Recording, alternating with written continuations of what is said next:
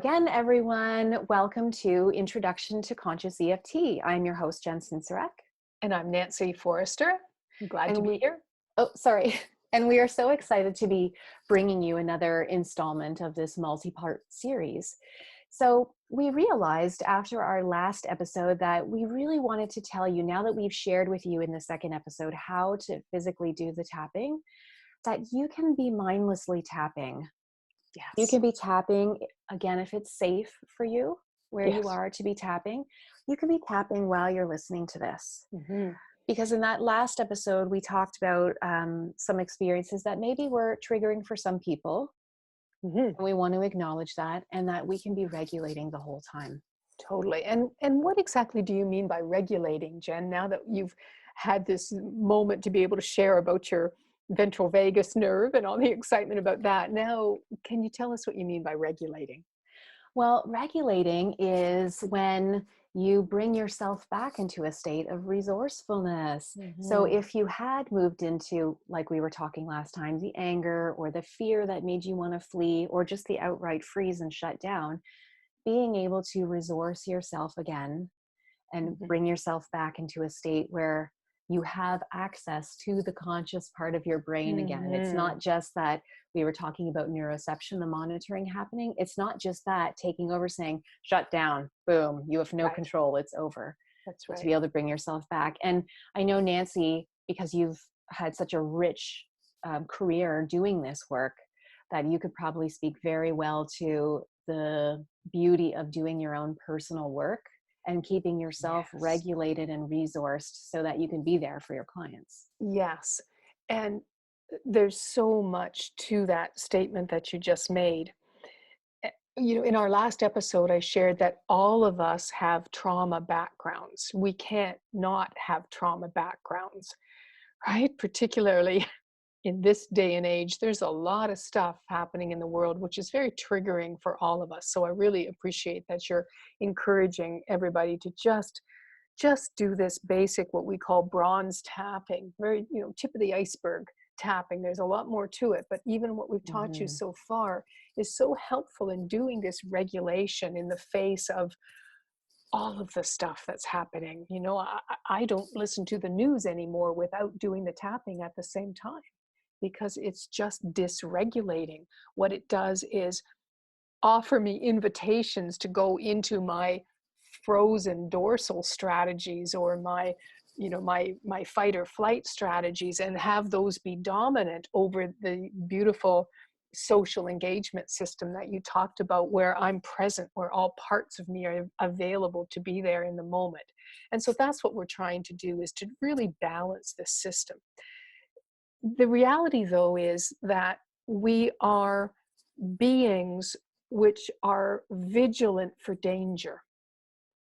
And so we store things in our bodies at the level of neuroception, which are way below the level of our consciousness of what's going on in that moment. One of my favorite stories about this is I was working with a client, and I can't even remember what the presenting issue was that we were working on, but we were a number of sessions in, and all of a sudden she said, Nancy, I've got this really weird allergy to strawberries. And, I've done all the things, the natural path and the testing and the sensitivities and the medical doctors, and I still have it. I'm not getting anywhere with it. And so I said, well, let's do a little bit of conscious EFT, and we'll see, because EFT opens up a lot of this subconscious neuroceptive content that we have no awareness of. So we're tapping away on this, and all of a sudden she has some tears, and she says, it's about my father. And so we're tapping, and I said, tell me a little bit about this. And she said, there was an event. We're tapping and keeping her safe in this. What happened in this event? And she said, my dad screamed at me something about being a really rotten little girl. And I said, oh, okay. So we did a little bit of EFT work on this. And all of a sudden, she said, he slapped me.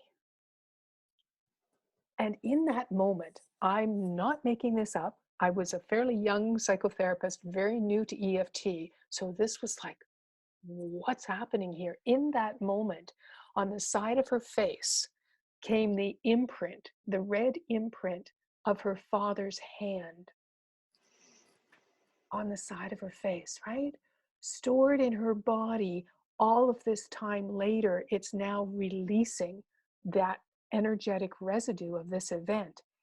And she says, I was eating a strawberry at the same time that this happened. Crazy. Right? That's the neuroceptive piece, because the body in that instant of the trauma takes all of the information, 4 million bits of information that it's aware of at that time, and takes all of that and downloads it instantaneously into the body. So this strawberry allergy went right back to that moment that dad, out of his own fight or flight reactions, whatever was happening with dad, it did that to his little girl.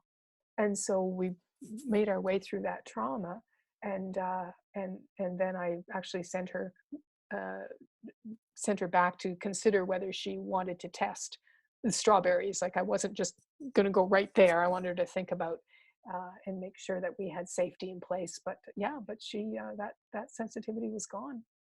Oh, such an incredible story. I have a fun story to share too, but first I wanted to point out that it's so funny that in that moment of, oh my goodness, like out of nowhere, dad got super angry and hurt her. And there was that huge, you were saying the word neuroception, and we Yeah. described in the last episode that it's like an internal, below the conscious monitoring of safety.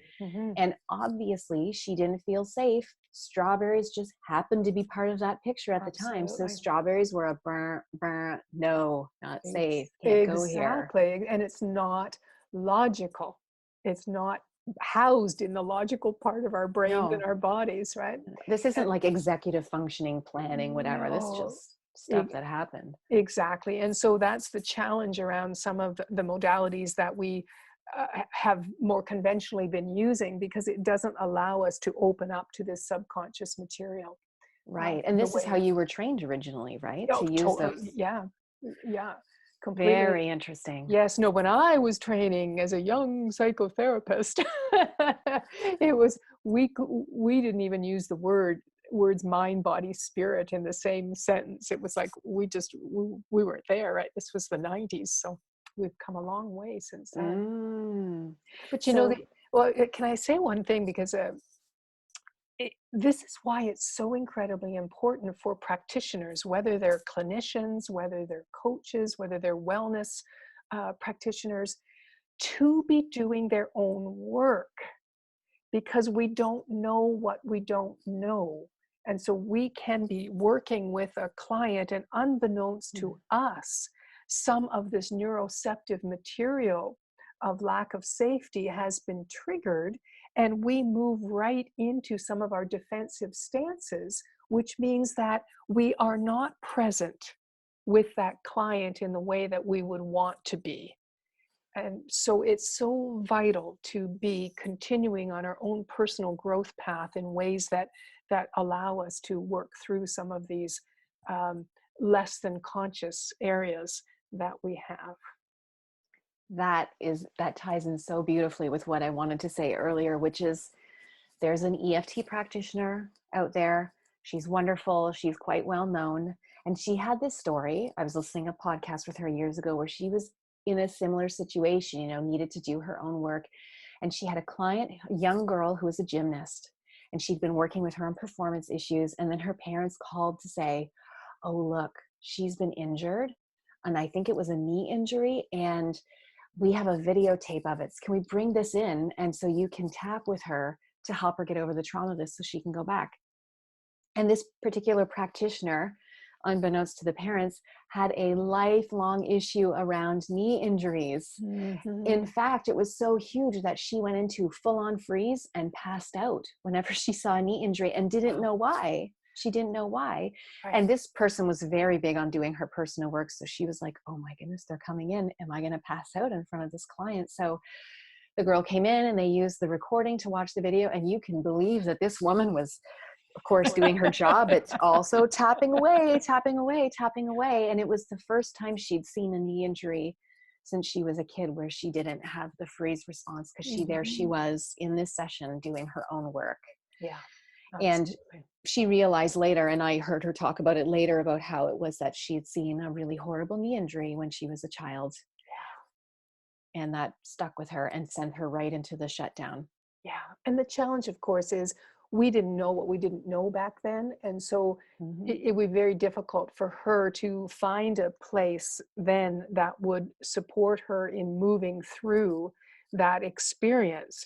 More likely she would have people saying things like, well, it didn't happen to you, or, just Hmm. get over yourself, or all of those dismissive kind of sentences that was the best we knew how to do at the time.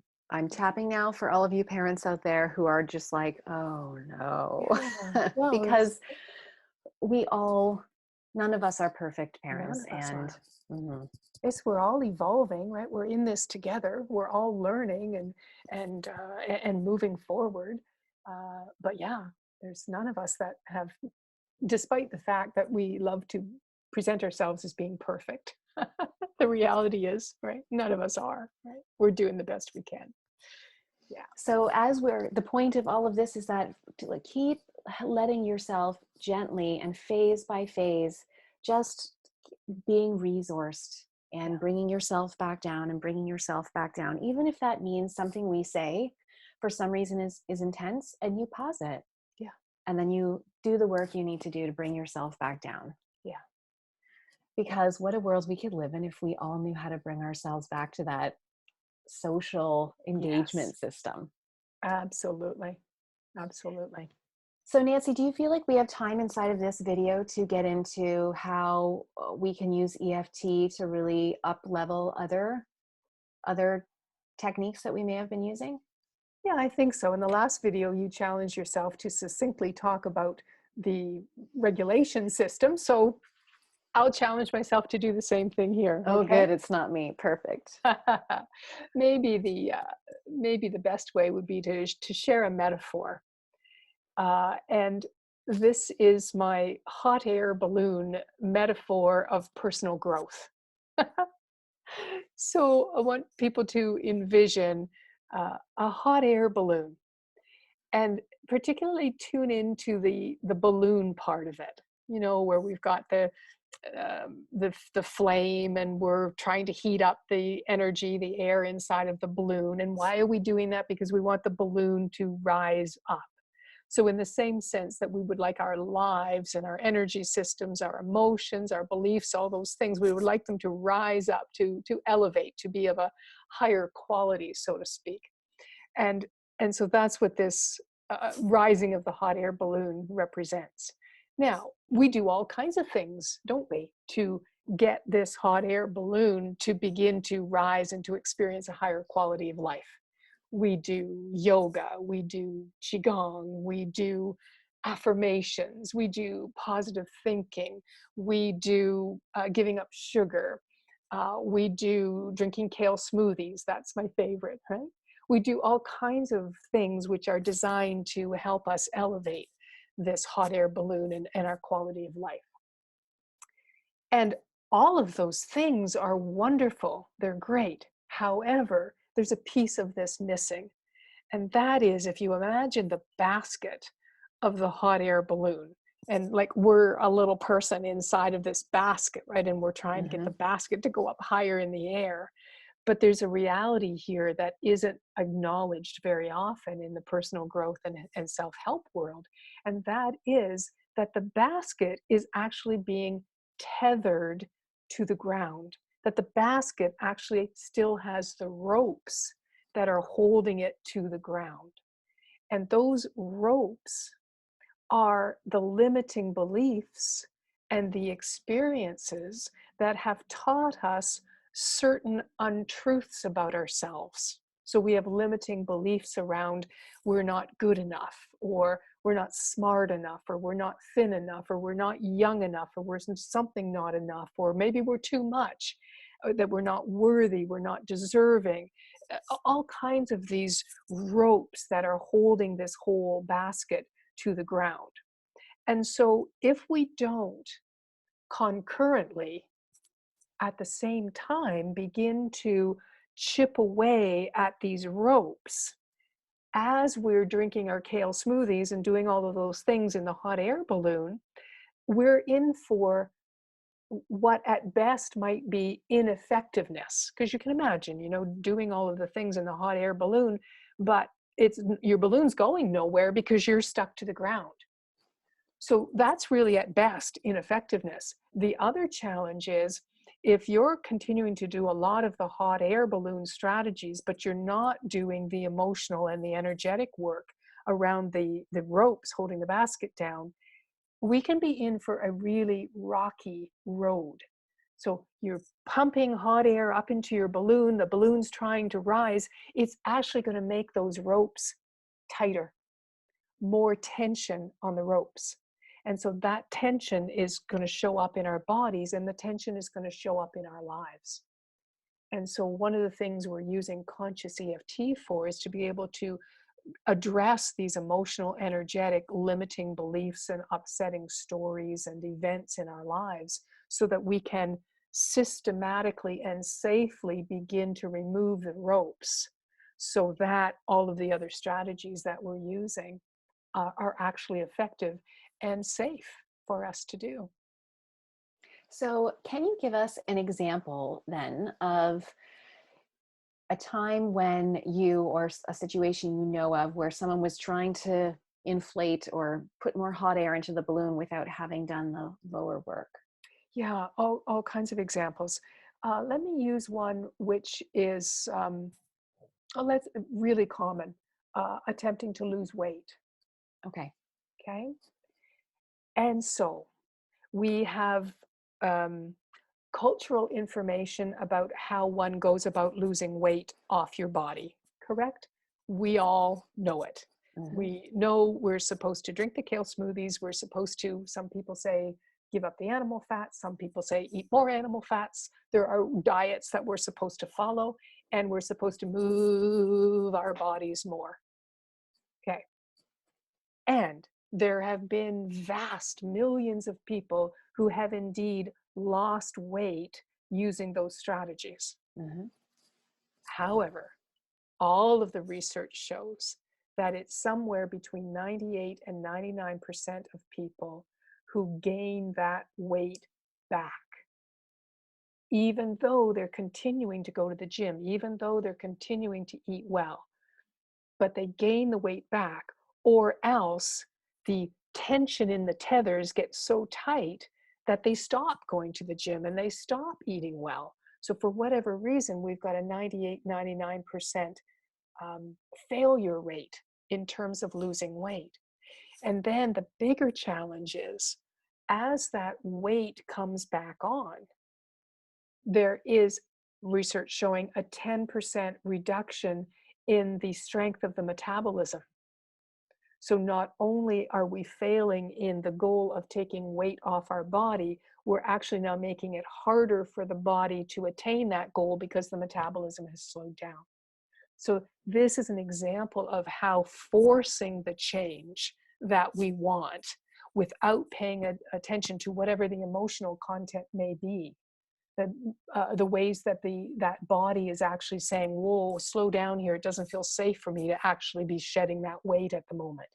And so not paying attention to that we can actually make the quality of our life more challenging than it was when we started. I feel like that could be its own episode in and of itself. And there are people who just do weight and the Absolutely. emotions tied to that. But the beauty is that you can, you and I have a friend who's a researcher who has tons of published research around Absolutely. beautiful success using EFT with Yeah. this. Yeah, absolutely. So another example I wanted to bring up in a different field is, what about in the world of, let's say, corporate or entrepreneurial, where you have, especially with entrepreneurial, there's everything under the sun out there. You can buy a course, take a course, watch a free YouTube video on how to do whatever it is you need to do to run your business better. Yeah. But the thing is, it doesn't matter how much strategy you have. If you still have those emotional tethers pulling you down, you'll never take off. That hot air balloon, the success that you're looking for, that may never come to fruition, or it does, and then it falls back down, or it deflates and comes back down because there is still that one tether there. Yeah. And so can you treat that Yeah. to help yourself move on? But what are some other areas that this shows up? And what about in family? Yes, absolutely. And so there are lots of ways that in families, um, well-intentioned family members are wanting to improve the quality of another family member's life, for example. Aren't I saying that nicely? It's very lovely. Could I just say what I'm trying to say, which is there are ways where we engage in strategies in family life which are detrimental to harmony.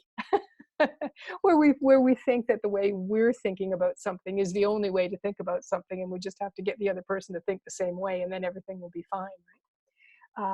And so there, doing our own work and looking at where those beliefs came from and just opening up that whole system, because families are systems, like corporations are systems, entrepreneurs work in a systemic way internally with all their different parts and pieces.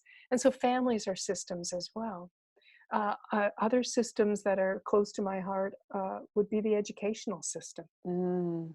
Right. Can you give us an example there? Yeah, well, and I know this is close to your heart too, Jen, because you have little ones that are still in the public school system here. But I taught in the educational system for many years, taught at the high school level and then in the post-secondary college and university levels, and looking at the ways that systemically the system is set up to be unsafe for human nervous systems, right? There are Mm-hmm. particular ways of being that are honored and respected by our educational institutions, and then there are ways of being that are less of a fit to the way that we've created that system. And so our young people are very, very often struggling, and they're struggling in a way that they don't understand, and not necessarily their teachers and their administrators understand, because it's all about safety. And nobody can learn when they're not feeling safe. If they're not feeling safe, they're in one of the defensive strategies that you shared with us in the last video.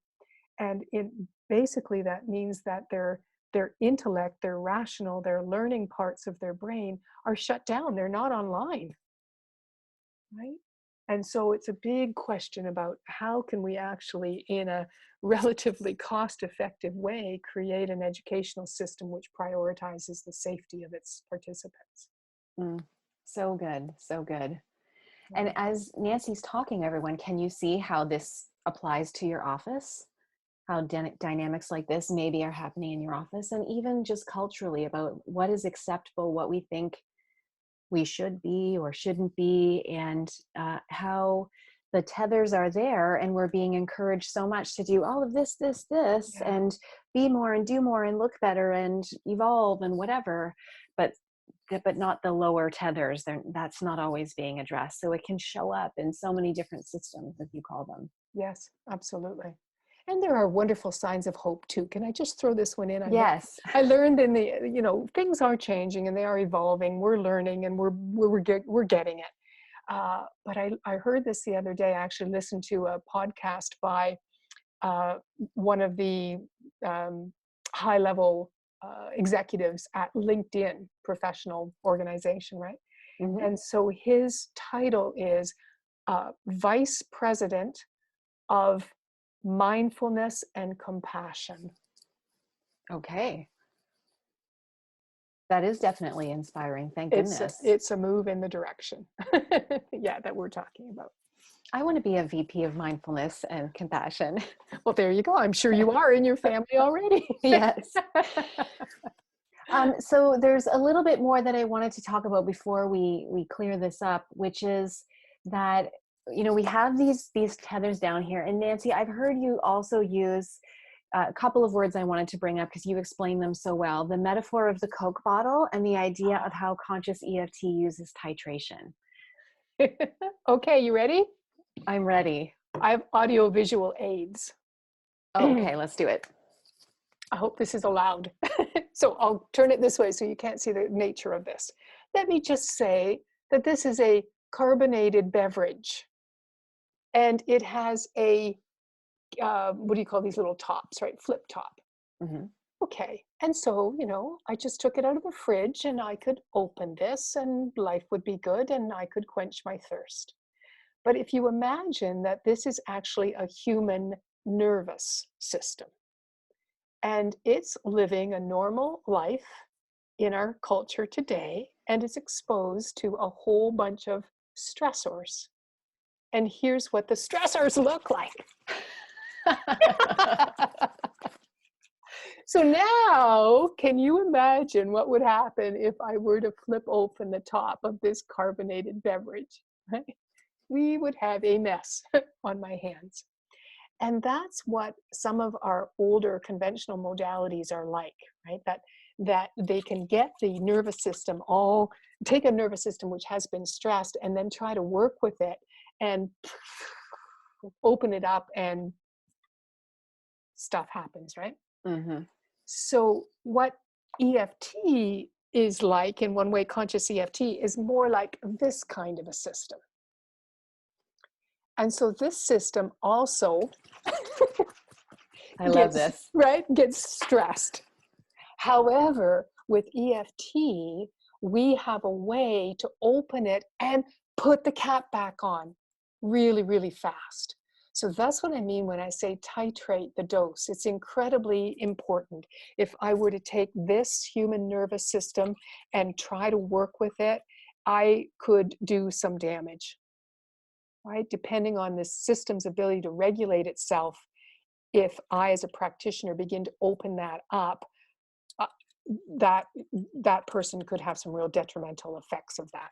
But with conscious EFT, particularly our phased approach, we can work with this such that if the system begins to open up and it's too much, too soon, too fast, we have ways that we can close the system down again in a hurry. And that's what allows us to work safely within the current level of stress that a human being or a nervous system brings to us. So we can release a little bit at a A time. little bit at a time, just a little bit at a time, as appropriate, so that that freeze response or the fight or flight response don't get too dominant and take over that entire system. Right, right. Beautiful, beautiful. Whew. Okay, everyone. Did you enjoy Nancy's full array of visuals today? I did. I did. But we're not done because we have another installment for you coming up where we're sort of going to bring it all together here. And we're going to kind of sum up for you the why learn EFT and what good things happen in your life when you're able to start using it. And we're going to get into some of the responses that can happen while you're using EFT. And we're going to tell you about how you can keep learning more and gently keep bringing more into your life to keep making a difference so that all these other strategies that you use that we were talking about can be more successful, like so that you can lift the hot air balloon up and do all the other personal work through the other ways that you want to.